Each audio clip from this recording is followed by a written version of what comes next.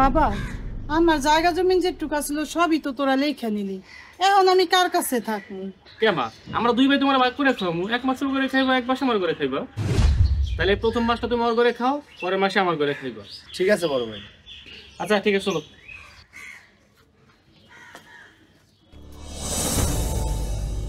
কি ব্যাপার, ওরা যার যার করে হ্যাঁ হ্যাঁ গেল, আমার তো কেউ ডাকলোই না।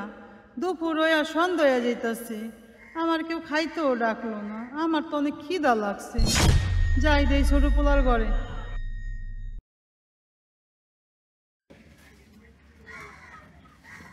বাবা পারভেজ, পারভেজ। কি হইছে মা, দরজা টাহাটাই করতেছো কে? বাবা, দুপুর শেষ হইয়া সন্ধ্যা হইতাছে, আমার তোরা খাইতেও ডাকলি না।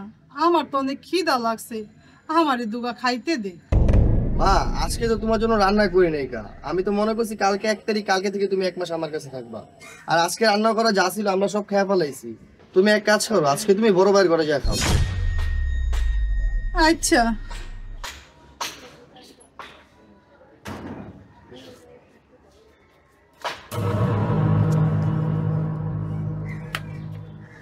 বাবা সোহা, সোহা। কি হয়েছে, এরকম দরজাটা হাটাই করতেছেন কেন? আপনার ছেলে ঘুমাইছে? বৌমা, পারভেজের ঘরে গেছিলাম, ওরা আজকে আমার রান্না করে নাই, যা ছিল ওরা খাইয়া হালাইছে।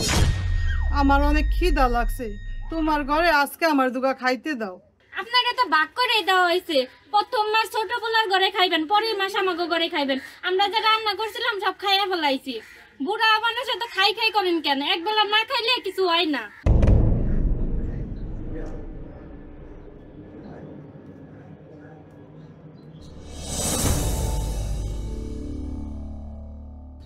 মা, আমি তোমার আর খাইতে পারবো না। আমার বউ রাগ করে বাবার বাড়ি চলে গেছে।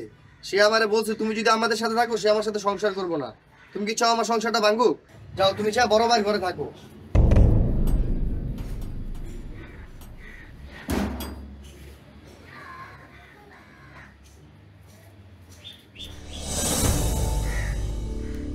বাবা সোহা, কি হয়েছে মা? পারভেজ আমারে ঘর থেকে বাই করে দিছে, ওই নাকি আমার আর খাওয়াইতে পারবো না। আমি এখন থেকে তোর কাছে থাকবো, তোর কাছেই কামু। আপনারা তো ভাগ করে দেওয়া হয়েছে, 1 মাস আপনার ছোট পোলার ঘরে খাইবেন, 1 মাস আমাকে ঘরে খাইবেন। 15 দিন না ওইতে আপনি পড়ছেন, দাম দেন 15 দিন পরাইবেন। আমার জায়গা জমি যে ঢুকাছিল তোমার ঘরে তো লেখা দিছি, এখন আমি কই যাবো? তুমি কই দেবে আমি জানি নাকি? আমার বউটাকে চলেটাই ঠিক। আও তুমি ঘরে হতো।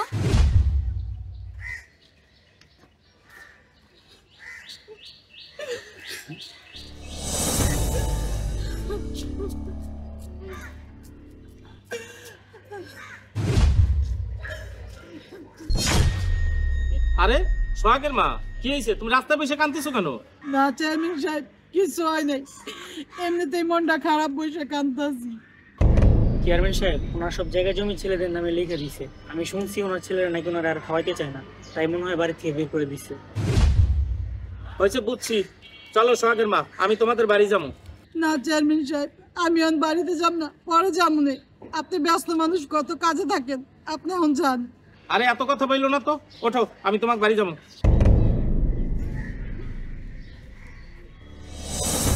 সোহাগ, পারভেজ, কি ব্যাপার?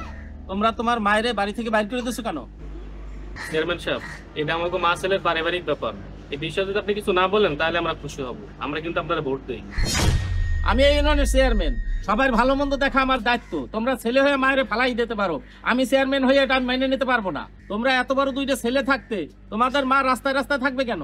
চেয়ারম্যান সাহেব, আমি নতুন বিয়ে করছি, আমার বউর সাথে মার বনে না। আর তাছাড়া মার পিছনে অনেক খরচ, এই জন্য বউ রাগ করে তার বাবার বাসায় চলে গেছে। আর বলছে আমার মা যদি বাসায় থাকে সে আমার বাসায় আসবে না, এই জন্য মাকে আমি ভাইয়ের বাসায় পাঠাই দিছি। চেয়ারম্যান সাহেব, আমরা 2 ভাই মারে ভাগ করে নিছি। 1 মাসে ও খাইবো, 1 মাসে আমি খাবো। 15 দিন হয় নাই মা আমার বাড়িতে এসে বসছে, আমি এই জন্য মারে রাখি নাই। তোমাদের এই মা কত কষ্ট করে মানুষের বাড়ি কাজ করে তোমাদের মানুষ করছে। ওনার সম্পত্তিটুকু তো ওদের নামে লেখা দেওয়ার পর বউয়ের কথায় সেই মাকে বাড়ি থেকে বের করে দিছো। ঠিক আছে, তোর মাকে তোদের খাওয়ান লাগবে না, আমি দায়িত্ব নিলাম। এখন থেকে উনি আমাদের বাড়িতে থাকবেই। আর ওনার যে সয় সম্পত্তিটু এইটু ওনার নামে তোরা ফেরত দিয়ে দিবি। চেয়ারম্যান সাহেব, আমাদের ভুলটা আমরা বুঝতে পারছি। মার সম্পত্তি মারে ফেরত দেওয়া দিব। মা আজকে থেকে আমাদের সাথেই থাকবে, মায়ের যত্ন কোনো ত্রুটি হবে না, এতে আমাদের বউ থাকুক কিংবা না থাকে। চেয়ারম্যান সাহেব, আমার ভাই ঠিকই কইছে। মা আমরা অনেক ভুল করছি, তুমি আমাদের মাফ করে দাও। আইও, তোকে প্রতি আমার কোনো রাগ নাই, তারপর আমি তোর সাথে থাকবো না। সোহাগের মা, ওদের ভুল তো ওরা বুঝতে পারছে, ওদের তুমি মাফ কইরা দাও। এরপরে যদি কোনো সমস্যা হয় তুমি আমারে জানাইও, আমি তো আছি। আচ্ছা চেয়ারম্যান সাহেব। এই চল। মা তুমি আসো মা।